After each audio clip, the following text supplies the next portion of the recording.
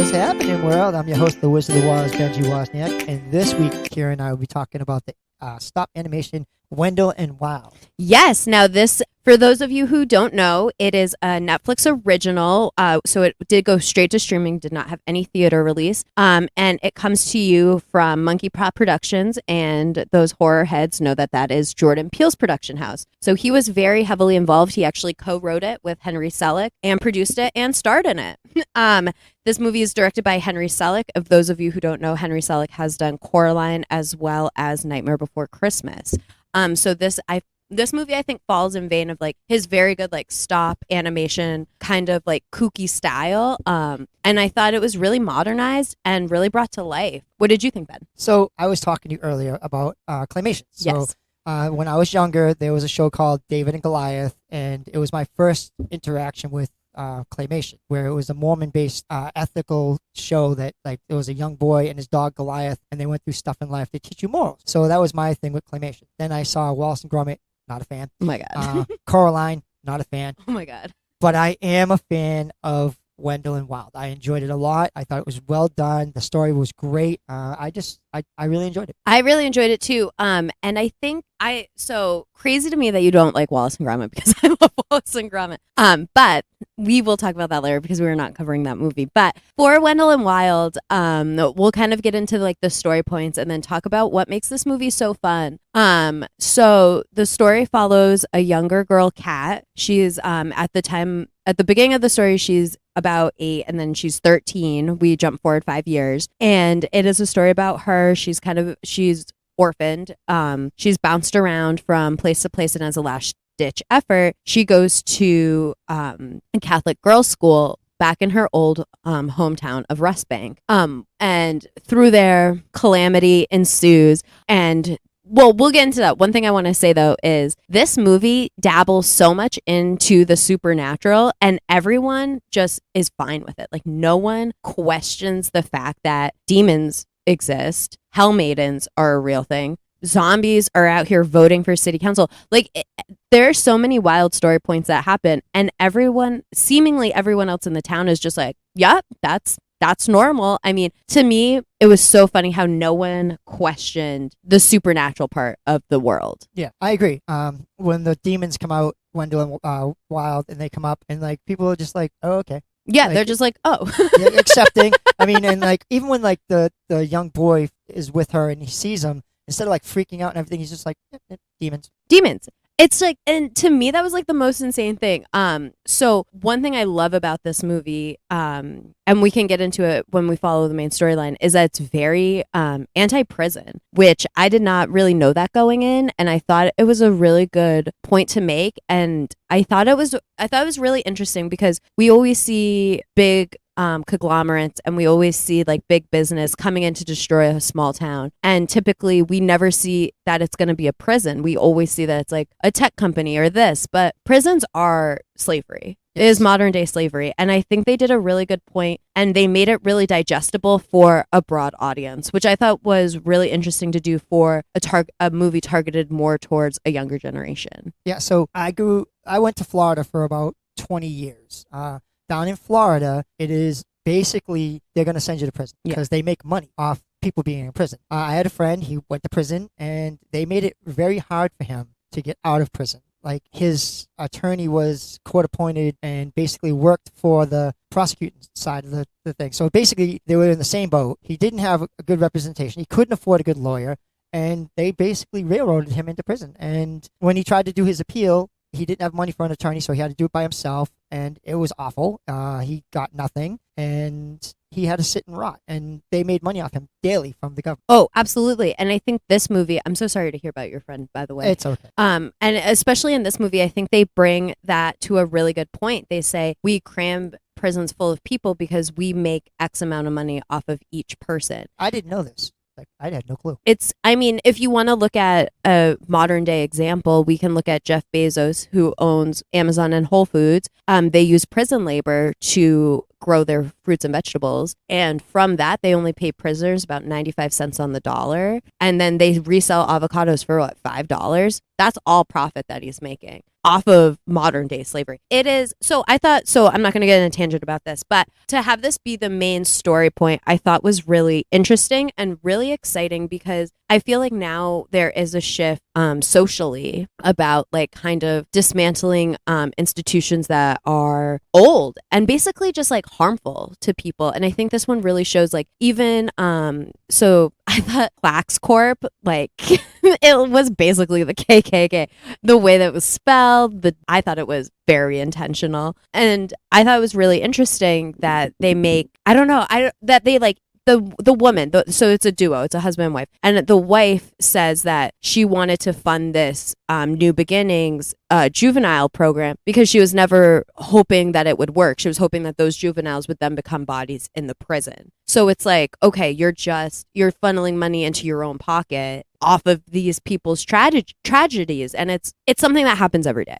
Yes, 100%. The rich get richer, the poor get poorer. Exactly. It's an old saying, but it's so true, it's ridiculous. It's so true, it's ridiculous. And so this is the main point of the story, is that Kat's parents owned a very like prominent brewery that kind of supplied and ran the whole town. Kind of like, imagine like an old mill would. That's not like how I viewed it, at least. Yeah. And then they die in a car accident and she survives. So she feels guilt about that. And then after their death, she acts out, moves away. The brewery burns down and kills almost the whole town. Dead. It makes the whole city dead because they don't have any kind of Revenue. place to work. There's no revenue. So basically, they're struggling, and that's where Clax Corp comes in, and they're like, "Hey, look, if we get the votes, we will make this prison, and you can get jobs." But they don't tell them the underlying thing where they're just going to destroy the town. They're just going to destroy the town. And so then this girl Kat, she's trying to defeat them, and through doing this, she becomes something called a hell demon. She's always had this like, and I don't know where it came from. In my mind, it's not explained, but in my mind, since she had a near-death experience and then survived it, she's had this like sort of almost power to see the future in certain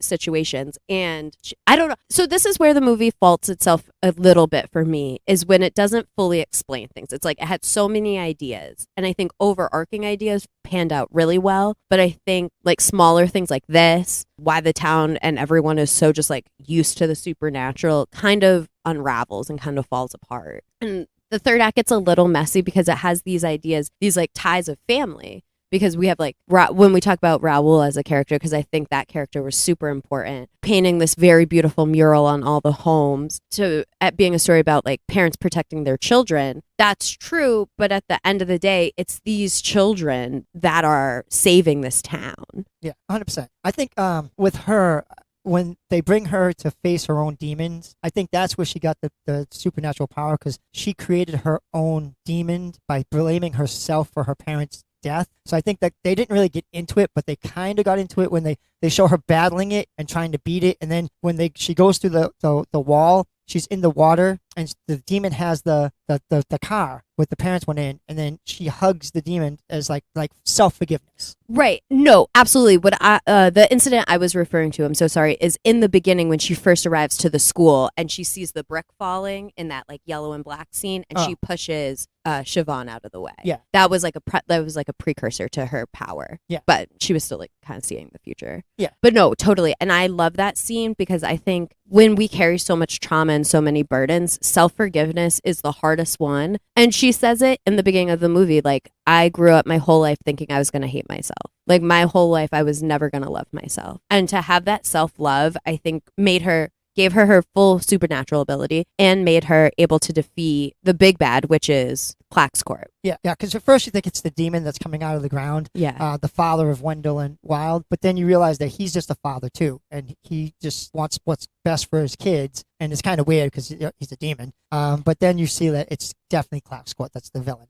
Absolutely. And I thought it was so funny when Wendell and Wild were like, Dad? Like for me, that was like a twist.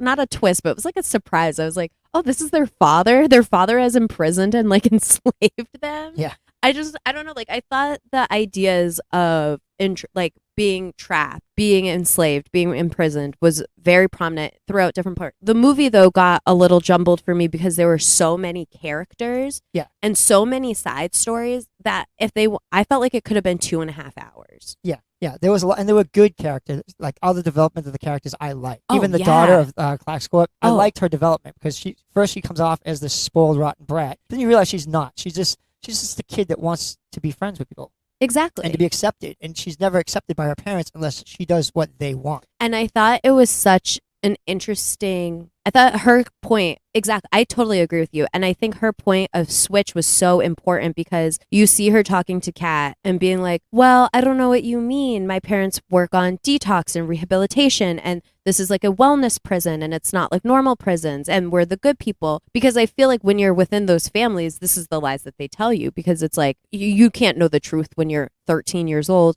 To then her confronting her parents in their like office, and they're like, oh no, like you're right. This is all about the money. We are all about the money. Welcome to the family business. And seeing that shift in Siobhan, I thought was really important and really cool, because from her being like, hey, KK, to her being on the line fighting. Yeah. I thought her transformation and story development was so cool, especially when we see Siobhan dead name Raoul right in the beginning and kind of blowing it off and being like, oh, I always forget. Like that's aggression. That's transphobia, like that's hatefulness. So I thought that was really interesting. Yeah. And I love the character of Raoul. I thought he was a great character. And I thought it showed that you can have a trans person as a character and not have their whole story center around their transness or like being like a point of virtue, just being a character that exists, because trans people are everywhere. Yeah. It's not like you can't have a story with or without them. And I think a lot of storytellers push back on this and being like, well, my story isn't like this. It's hard to insert this character. No, this is a story that had a character fine. Their transness was already accepted, and they were just who they were. Yeah, I agree. Like I watch a lot of stories, a lot of movies and shows. And I feel like transgender and homosexuality, like they overemphasize it, if that makes sense. I mean, like they kind of they're like, this is it, and you look at it, you go, okay, I get it. You don't have to keep on repeating the fact that these people are transgender or gay. You've already established that, but now you're overkilling it, and it's like take it away from the whole plot. Yeah, it's because these authors don't understand gayness or transness, and they just are like, okay, well, I have to have this to meet this quota, and they pay no care to it. That's why these stories can be so frustrating. But in a story like this, where it's so seamless and it's so like, Raoul's a boy, he's helping Kat fight demons, it's kind of weird that he's okay with demons just existing. Yeah, but like, so is the whole town, so who can blame him? So I thought it was really interesting, and I love his message of the mural that he paints over the whole town and his relationship with his mom, which isn't touched on a lot. But his mom's a single mom as a paralegal who just got fired, defending her son's like identity. You see it on the phone call real quick. She's like, I have a son to feed. And she was like, no, I'm not going to tell you again. I have a son. And just like, it's something that should be so automatic and we shouldn't question it. And I love that. And then to have his whole mural be about parents protecting their children. And I felt that was something so close and personal to him. And then it has this universal meaning for Balbazar and Wendell and Wild and Leroy and Eleanor and Kat and all these other subsets of families within the story. I just thought it was really beautiful. I thought it was really well done. I thought it made me hopeful that every story can have inclusivity and characters like this. Yeah, I agree. And what I liked too was the fact that like most of the characters in this were fighting some kind of inner demon, and he wasn't. He was just happy with who he was, going about his thing, doing his artwork, and he just wanted the best for everybody. Exactly. He just wanted to have friends. Yep. He wanted to do art, and he wanted to help save the town like everyone else. And he did it in such a fun way. And I love the moments where he's just so blindly accepted, because that is how it should be. We should just be accepting everybody. And if you don't, or if you question it, that's within you. That's not anyone else's issue.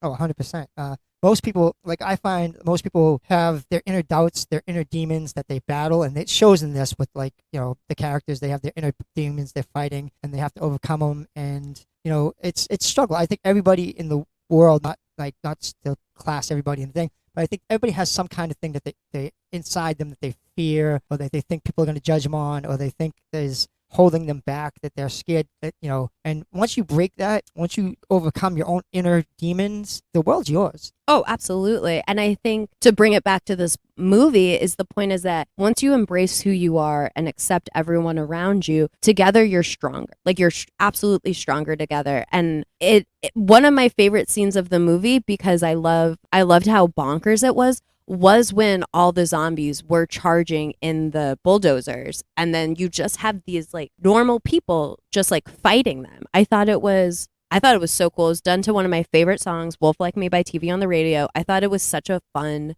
scene. Yeah, I agree. I mean, I find myself enjoying the fact when common people come together to stop injustice. Exactly. Like even, what was that? Sonic the Hedgehog. I love Sonic the when Hedgehog. they come to save Sonic. I mean, yeah. it makes... It's just, we all want to see that from people. We all want to see people stand up for injustice instead of sitting back and letting corporations and letting things run over them. Standing up for themselves and saying, exactly. "Hey, look, enough's enough. I want the world right." And that's what basically everything should be. The world, we should stand up together and want the world right. I totally agree. And I think people get within their own minds and their own prejudices, and they can't see that. I feel like people lose sight of the main message time and time again. So that's why I like when we watch movies like this and we see that this is a new movie that came out. It just came out in October. And it's having this content that is hopeful, and it's inclusive, and it's fun, and it's not preachy. It's just true, which is my biggest thing. Yeah, I thought the funniest thing was the fact that it was hair cream that could bring back. Oh my god, the hair cream! Just like it was so funny. Like, and then my favorite part was when he was like, "Guys, why do you think you have to do this all the time? Because it doesn't last." Yeah. And I was just like, "Yeah, you're bald." Right. But then like. Okay, so let's get into some of the characters and dynamics of the story, because there are so many. And the movie was only an hour 45. Easily could have been longer, yes. I thought. Because one of a dynamic I would like explored, or at least like a subset show or movie from, was Sister Helly and the janitor, whose name I'm forgetting right now. Yeah, the Demon Slayer. Oh my god, he was so cool. We got a Demon Slayer in a wheelchair with no feet. I love his like little sandal shoes. And Sister Helly, who is voiced by the amazing Angela Bassett. And I just thought that their dynamic was so cool. Like him training her rebelling against him. Like I was like, this is a one-off conversation, but I want more because I'm compelled. Okay, so what it reminded me of was Blade. It did remind, okay. Yep. Oh my god, like Chris Christopherson and Blade. Yes. Now that you say it, yeah. I can't unsee it. Right? If you watch this movie and you look at it, it's just like, the comparison of those two is just like Blade. Those two people are that. Oh my god, now I can't unsee this. Oh my god. And I love Blade. Also, they're doing Blade. They're coming. Okay, I'm not going to get into this yet, but that is such a good point, because it's the same thing. You're using this person to live out your own desires and fantasies through capturing demons or killing vampires.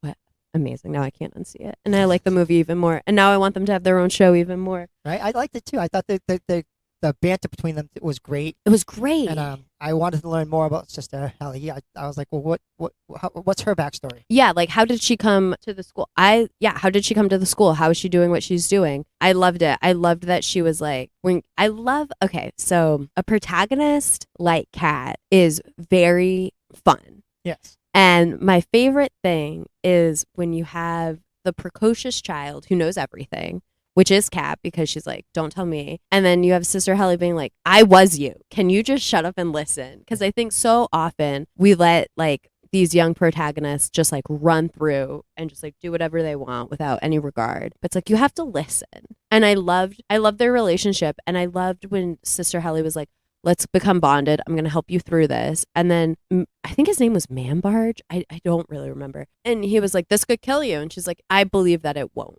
And you could see like that their love for each other. Oh my God. Yeah. I love this movie.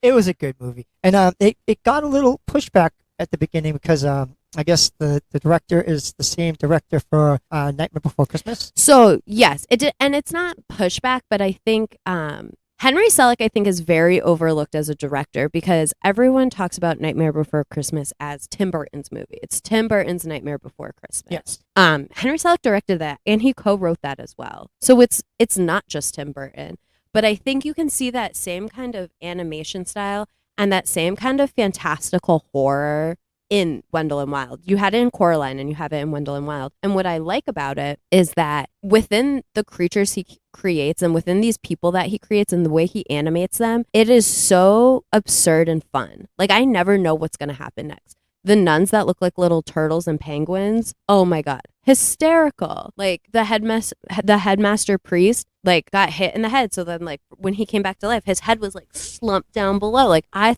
had no idea what was going to happen next. I thought it was so fun and crazy. And yeah, and this movie, I do feel like did get buried by Netflix. I mean, it has a very anti-prison message. It has a very prominent trans character. Every major player in it is a person of color. Like, I can see why it didn't do the numbers that they thought it would. Yeah, especially if Netflix isn't actually pushing it, they're just like letting it be. Yeah, you know, like, so that's like anything in life. If you just let it be, it's not going to get any. You gotta water the flower to make it grow. Absolutely. And so I thought it was really interesting. I loved it. I thought it got a little. We can go back to how many characters there were and how confuzzled it got, because Wendell and Wild carry the show. They're like the Rosencrantz and Guildenstein of this movie. I think Key and Peele have the greatest dynamic when they work with each other. They play off each other so well. It's so fun. And I think that I wanted to see more of them with Kat. Half of the movie they were separated. Yeah, they were doing their own things.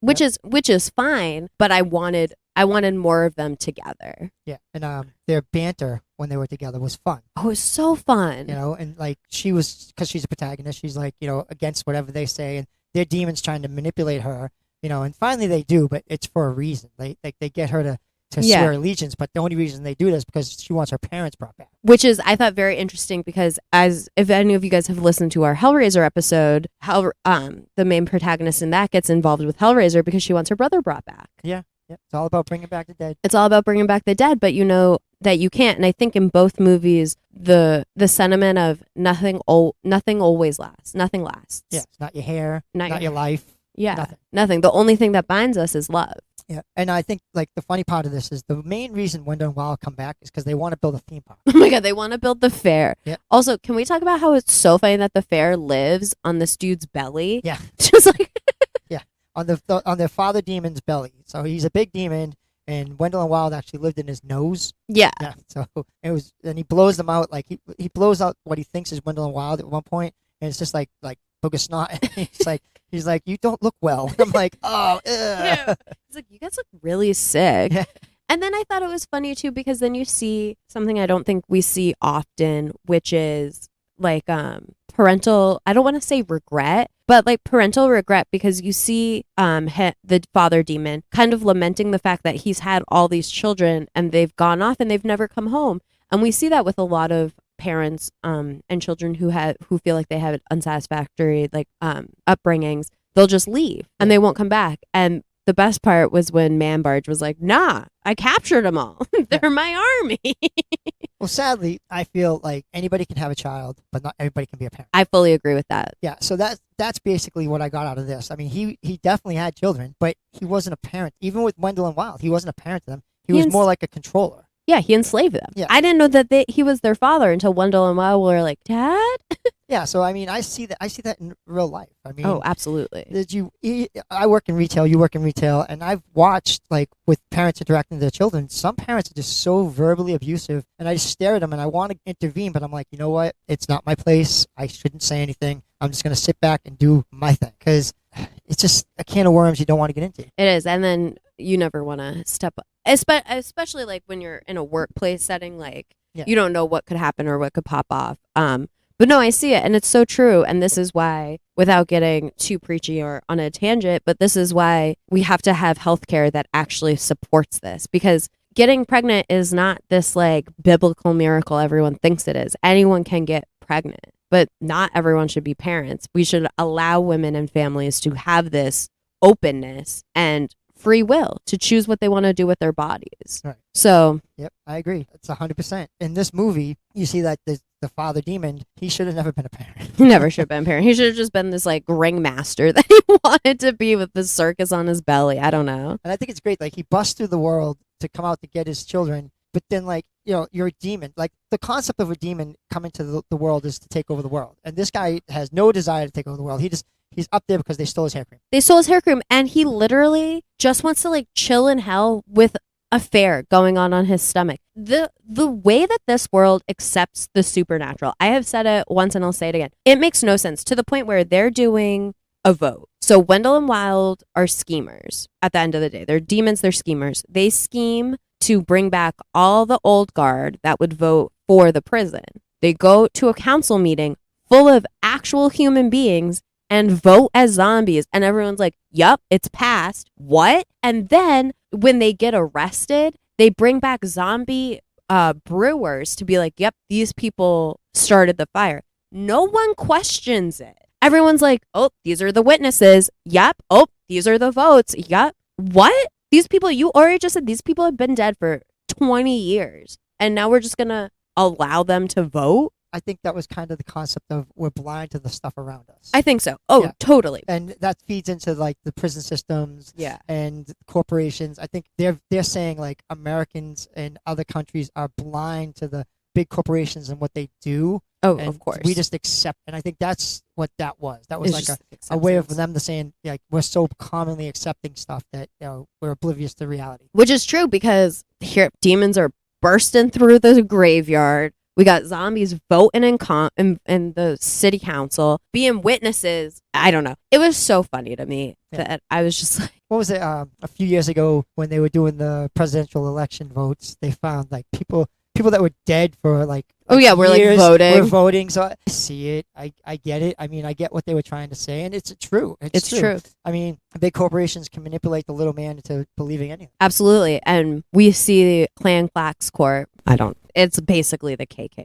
The imagery and the way that they spell things is so very clear to the point where they all have like this very like bleached white hair that is then on the father a wig. I thought that was hysterical. I was like, okay. Yeah, it was pretty fun. So I like totally enjoyed the movie. I think that if you get a chance, you should watch it. If you're a fan of claymation, you're going to absolutely love it. If you're not a fan of claymation, you're going to absolutely love it because it was very well done. It was very well done, and I think it's super accessible. It's super fun, and it's just like a great movie. Would I recommend it for kids like 12 and under? No, absolutely not. Yeah, there's a lot of adult content. It's very adult, but teens, young adults, I think it's a fun movie. Get you out of that Disney sort of cycle and just go and watch it. Support it. Support Jordan Peele. Support films like this that have this like effortless like inclusivity that like we want because that's what our world's becoming. And this I just felt was so topical and fun. It's a great movie. Yes,